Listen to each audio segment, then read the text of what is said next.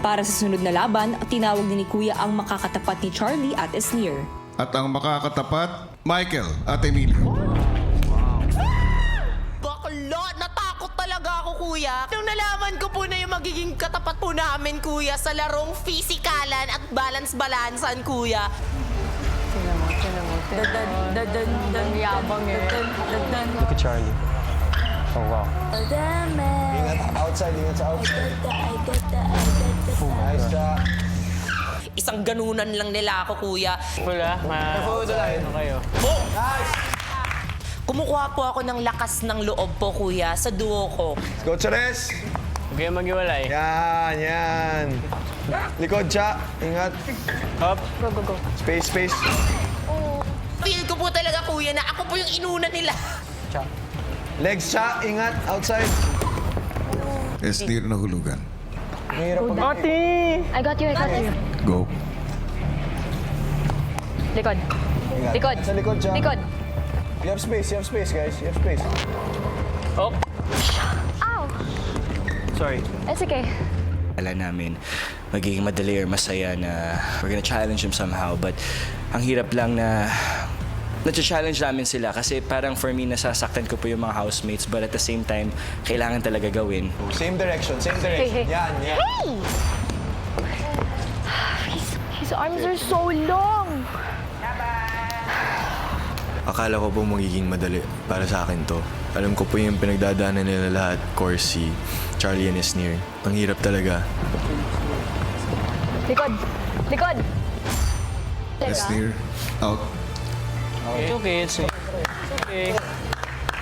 Sa pagka-out ni Esnir sa laban, naiwan si Charlie katapat ni na Emilio at Michael. Go, Cha.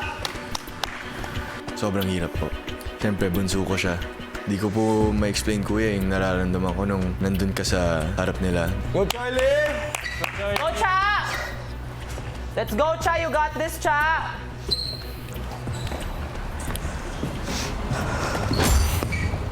Na-feel ko din po talaga yung puso nila. Na as a kuya po, na-feel ko yung pag-giveaway po nila. Go. Laban.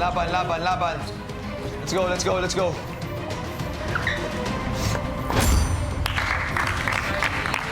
As a house challenger, nakuha ko naman yung kailangan ko sa kanila which was for them to step up. And I saw yung bunso ang nag-step up, si Charlie. And for me, okay na yun sa akin. Hindi ko naman po sila ibinigay ng todo. Nakakainis din nila, no? Nakikita ko naman po ang galing na gusto kong ipakita sa mga tao na nanonood sa kanila. Last one, Cha. Last one. Go. Mike, come on. Nakita ko si Michael when he was walking towards me lang po with the ball in his hand. He didn't even try po. Kaya ako nainis. Nasaktan po talaga ako na medyo nag-giveaway lang siya.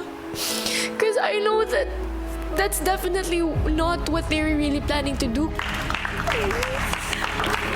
Yung weekly task, yung budget, importante din po sa kanila para mas maging malakas pa po sila. Mahirap na po kasi yung pagdadaanan nila for the upcoming weeks. And